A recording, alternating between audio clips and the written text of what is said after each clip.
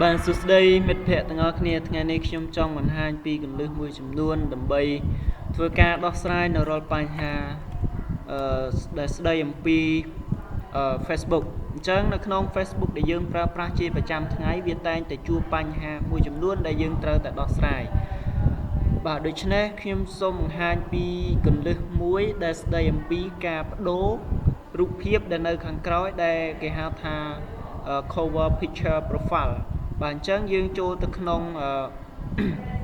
កម្មវិធី web browser Mozilla Firefox មួយរួចហើយយើងចូលទៅក្នុង Facebook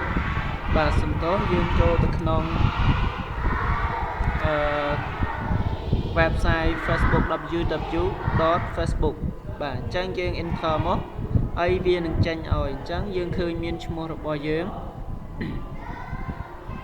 បាទហើយចំណុចមួយនេះគឺវាមានដូចជាកន្លែងនេះគឺជាឈ្មោះ account របស់យើងហើយកន្លែងនេះគឺជា home បាទហើយមានសារ message ការសារ add friend សារ message ហើយនឹងRL នៅ message ទាំងអស់អញ្ចឹងនៅក្នុងនេះដែរគឺយើងសូមបង្ហាញពីចំណុចដែលយើងត្រូវតែធ្វើការផ្លាស់ប្ដូរនៅ cover ខាងក្រោយអញ្ចឹងយើងចុចទៅលើឈ្មោះរបស់យើងមកបាទបន្តមកទៀតយើងនឹងឃើញទាំងមួយវាចេញឲ្យបាទសូមមេត្តារងចាំបន្តិច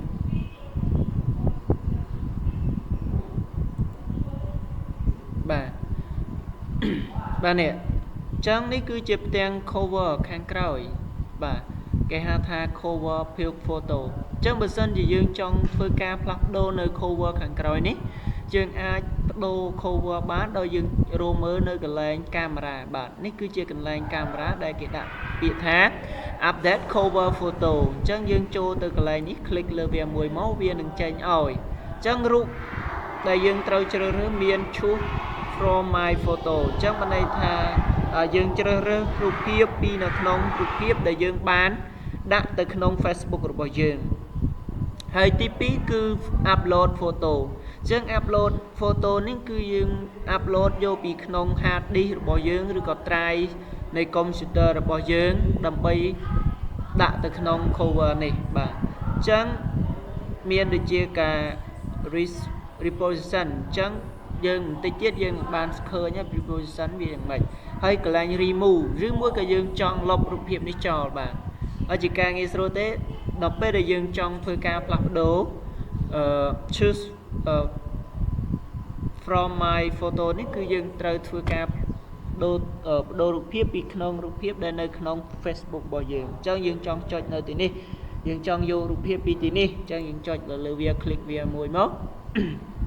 ហើយក្រោយមកទៀតយើងនឹងឃើញមានរូបភាពជាច្រើនដែលនៅក្នុងនេះអញ្ចឹងរូបភាពនៅក្នុងនេះគឺបាទជារូបភាពដែលមាននៅក្នុង computer ដែលមាននៅក្នុង Facebook របស់យើងស្រាប់អញ្ចឹងយើង select លើរូបណាមួយមកបាទខ្ញុំ select យករូបមួយនេះបាទក្រោយមកយើងអាច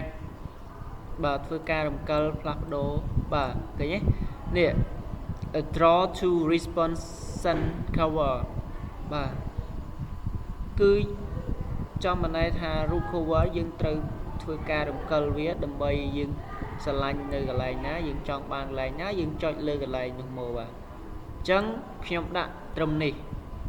ដើម្បីឲ្យគេមើលឃើញទៅមានការចាប់អារម្មណ៍តែកាលណាយើងដាក់លេខក្បាលចេះមិនដឹងថារូបយ៉ាងម៉េចអញ្ចឹងយើងដាក់ត្រឹមនេះមកបាទធ្វើឲ្យគេមានការចាប់អារម្មណ៍អញ្ចឹងយើងចុចពាក្យថា save ឬក៏ change បាទ save change នេះមក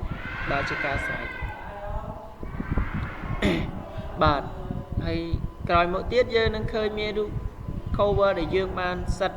មិញឲ្យវានៅត្រឹមរូបបបោមាត់ហ្នឹងឡើងទៅលើអញ្ចឹងវានឹងឃើញហើយបាទហើយជាការងាយទេបើយើងចង់លុបវិញគឺយើងចុចកន្លែងនេះមកចុច remove មកឬក៏យើងមិនចង់លុបយើងចង់បដូរយើង choose from ពី computer មកវាជាការងាយស្រួលទេបាទហើយមួយទៀតយើងចង់បដូរបាទបើសិនជាយើងចង់បដូររូប profile មួយនេះអ ចឹងយើងចុចទៅលើកន្លែង update photo ចឹងវានឹងចេញឲ្យ update photo យើងដាក់រូបយើង select លើវាមួយមកយើងជ្រើសរើសយករូបពីក្នុង photo របស់យើងដើម្បីយកទៅដាក់នៅក្នុង profile របស់យើងចឹងឧទាហរណ៍នៅក្នុងនេះខ្ញុំជ្រើសរើសយករូបមួយនេះដើម្បីដាក់ចូលទៅក្នុង profile របស់ខ្ញុំ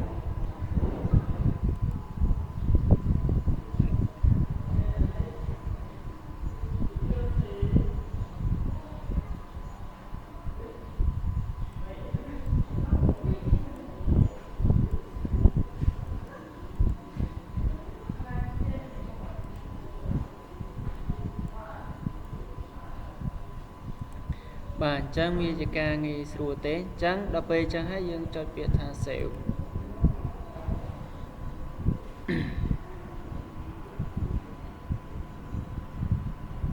បាទអញ្ចឹងយើងឃើញហើយគឺរូបភាពនៅក្នុង profile picture របស់យើងគឺត្រូវបានបដូរហើយ profile picture របស់យើងត្រូវបានបដូរទៅជារូបមួយថ្មីផ្សេងមួយទៀតបាទសូមអរគុណសម្រាប់ការ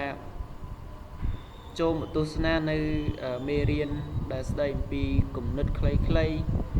ដំណោះស្រាយមួយចំនួនដែលយើងធ្លាប់តែបានជួបនៅក្នុងពេលដែលយើងប្រើប្រាស់ Facebook ជារៀងរាល់ថ្ងៃបាទអញ្ចឹងសូមរងចាំតាមដានហើយឬក៏ចុច Subscribe នៅលើវីដេអូខ្លីៗនេះផងដើម្បីតាមដាននៅមេរៀនខ្លីៗជាបន្តទៀតបាទសូមអរគុណសូមជម្រាបលា